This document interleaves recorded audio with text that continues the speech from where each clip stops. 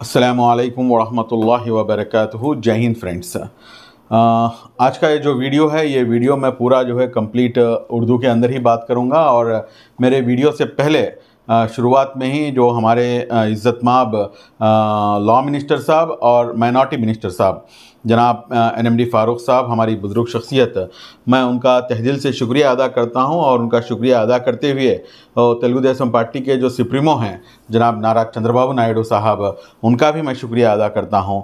ये क्या बात है साहब, आप क्यों शुक्रिया अदा करें? यस, शुक्रिया अदा करना ज़रूरी है। जब कोई बंदा अगर हमारे ऊपर राई के दाने के बराबर का भी अगर कोई एहसान करता है तो एहसान का बदला पलटा कर उसको एहसान से ही दिया जा सकता है। मैं तो यहाँ पर कोई एहसान उनके ऊपर कर नहीं रहा हूँ, लेकिन एटलीस्ट शुक्रिया अदा करना ये मेरी मिनिमम रेस्पॉन्सिबिलिटी है। क्यों इस मामले में किस मामले में मैं शुक्रिया अदा करना चाहता हूँ, शायद अभी तक आप लोगों को समझ में आ गया होगा। ये जो वक्फ़ क़ानूनी तरमीमी बिल जो लेकर आया है पार्लियामेंट के अंदर, जो सेंट्रल गवर्नमेंट की तरफ से, खैर इसके अंदर तो मैं यहाँ पर वजाहत के तौर पे मैं एक बात कह देता हूँ कि भाई आंध्र प्रदेश में कोई पार्टी भी ऐसी नहीं है जो बीजेपी के साथ ना मिली हो। हम पहले भी इलेक्शन से पहले भी वो बात कहे हैं, अब भी वो बात कह रहे हैं, उसमें कोई दो राय नहीं है। यहाँ तो ऑफिशियल अलायंस मौजूद है। अलायंस में रहने के बावजूद जो टीडीपी के जो एमपी साहब ने जो बात की, उसके जो लास्ट वर्डिंग्स हैं, उन्होंने जो है बहुत क्लियर कट होने जो तेलुगु देशम पार्टी सुप्रीमो नारा चंद्रबाबू नायडू साहब का जो स्टैंड था, उसी स्टैंड को जो है वहाँ पर प्रोजेक्ट किया गया कि भाई इसको जो है पार्लियामेंट्री कमेटी को जो है सिफारिश की जाए। साहब, एक अलायंस में होने के बावजूद भी जो है ये बात करना, ये अपने आप में जो है एक बड़ी बात है। आपका अलायंस नहीं था, वाईसीपी जब हुकूमत में थी तो आप लोगों का अलायंस नहीं था।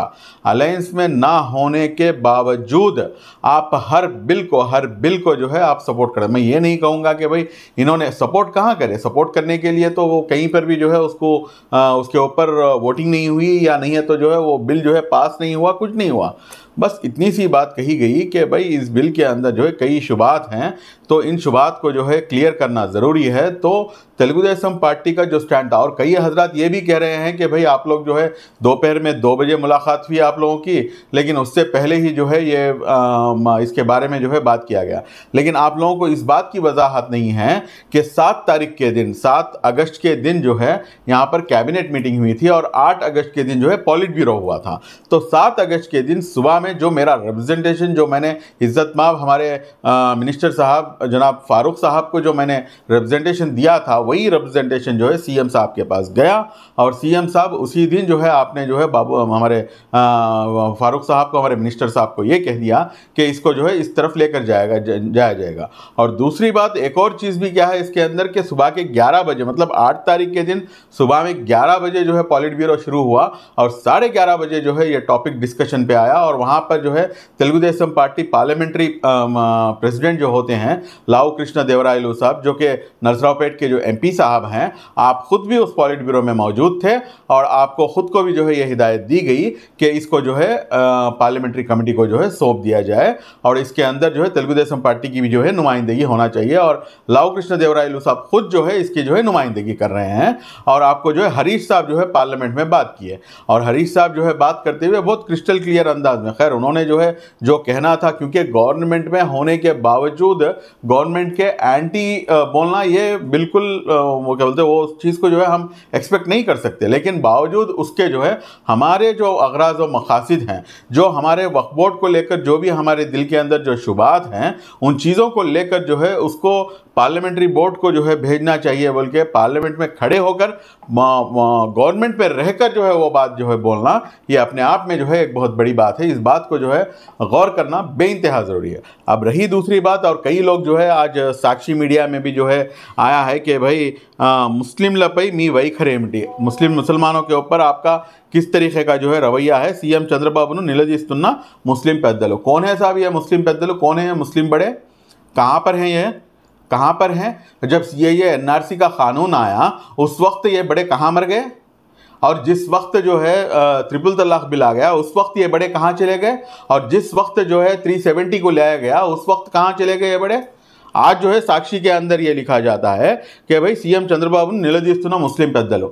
जहाँ तक मैं जानता हूँ, मेरे को रिपोर्ट है, वो रिपोर्ट जो है बिल्कुल बिलमुशाफा एकदम डायरेक्ट मैं अल्हम्दुलिल्लाह all India Muslim personal law board से और उसी तरीके के साथ जो हैदराबाद में रहने वाले जो सोशल एक्टिविस्ट हैं और उसी तरीके से बिहार के और झारखंड के और यहाँ तक के जो है आपका हमारे जम्मू एंड कश्मीर के भी जो है जो एक्टिविस्ट हैं, ये सब के सब जो है हमारे राब्ते में हैं और सब के सब ने जो है ये बात जो है बड़ी डंके की चोट के साथ कही। आज ये पार्लियामेंट्री कमेटी को जो सिफारिश की गई, मतलब उसको पार्लियामेंट्री कमेटी इसको जो अपॉइंट की गई और इसका जो सहरा जाता है तो सिर्फ और सिर्फ आंध्र प्रदेश चीफ मिनिस्टर जनाब श्री नारा चंद्रबाबू नायडू साहब को जाता है। ये बात बोलने में जर्रा बराबर भी जो है उसके अंदर शक व शुबा रखने की, हाँ ये बात जरूर है कि खुल के जो है मुखालिफ नहीं की जा सकती क्योंकि उनके स्टेट के जो है अपने अगराज व मकासिद हैं।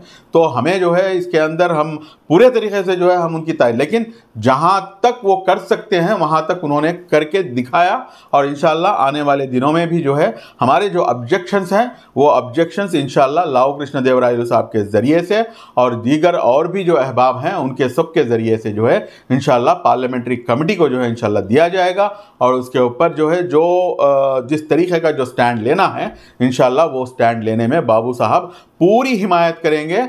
ये मेरा तयक़ुन है, ये मेरा भरोसा है और मुझे जो है पूरा यकीन है कि बाबू साहब जो है जिस तरीके का जो एक मतलब सियासी दाव पे समझिए या नहीं, हमें सियासत नहीं कर रहे बोल के मैं नहीं बोलता और खुल के जो है हमारी तायद कर रहे बोल के मैं नहीं बोलता, लेकिन खुल के तायद कर भी नहीं सकते, हालात ऐसे हैं और टीडीपी जो है फिलहाल एनडीए का जो है एक बहुत बड़ा मेजर हिस्सा है तो उसके अंदर जो है उनके इशारे काफ़ी हैं। इस चीज़ को हमें समझना चाहिए क्योंकि स्टेट के जो बहुत से बड़े अगराज व मकासिद हैं और कैपिटल का जो है और पोलावरम का जो इश्यूज़ हैं, इन सब के सामने जो है इस इश्यू को जो है अगर लेकर आकर एक कम्युनिटी के लिए बल्कि उसको जो है क्वेश्चन मार्क फेस में जो है उसको रखा नहीं जा सकता, ये हम समझ सकते हैं। लेकिन मिल्लत को जो है मैं समझने के लिए मैं ये नहीं कहूँगा, लेकिन ज़रूर इस बात को समझना चाहिए कि जिस तरीके की हिकमत अमली श्री नारा चंद्रबाबू नायडू साहब ने अपनाई है ये काबिल गौर है।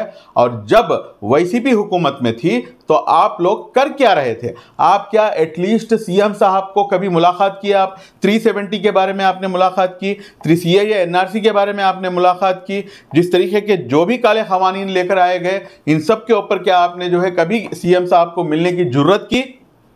बिल्कुल भी नहीं। अरे मैं तो पार्टी का मेंबर नहीं हूं, मेरे को तेलुगु देशम पार्टी की प्राइमरी मेंबरशिप तक नहीं है। तो आप लोग जो है जिस तरीके के साथ जो आपके पार्टी के लोग हैं वो लोग खुद नहीं मिल सके। यहाँ पर तो हम हमारे पार्टी के जो सीनियर लीडर हैं जनाब TD जनार्दन साहब, उसके बाद हमारे खुद माइनॉरिटी मिनिस्टर साहब इज़्ज़त माब NMD फारूक साहब और उसी तरीके के साथ जो है पार्टी के जो अहम लोग हैं सीनियर्स हैं उन लोगों के साथ मिलके जो है हम लोग एक्टिविस्ट भी जो है जाकर मुलाकात कर सके। आज एटलीस्ट हमारा जो दुखड़ा है वो दुखड़ा हम सीएम साहब को सुना सके। क्या आपके ज़माने में आपके रिजीम में ये काम कर सके? आप अपने दिलों के ऊपर हाथ रखकर जो है सोचें। बराए मेहरबानी जो है उम्मत को गुमराह करने की कोशिश हरगिज़ भी ना करें। मैं ये दावा नहीं करूंगा कि भाई आपने जो है तेलुगु देशम पार्टी कंप्लीट मुखालिफ है, मैं बिल्कुल ये दावा नहीं करूंगा, लेकिन मैं 100% ये दावा कर सकता हूं कि जिस तरीके की हिकमत अमली के ज़रिए से आज ये पार्लियामेंट्री कमेटी को जो सौंपा गया है इसका सेहरा सिर्फ और सिर्फ नारा चंद्रबाबू नायडू साहब को जाता है। जज़ाकल्लाह। अस्सलामु अलैकुम व रहमतुल्लाहि व बरकातहू।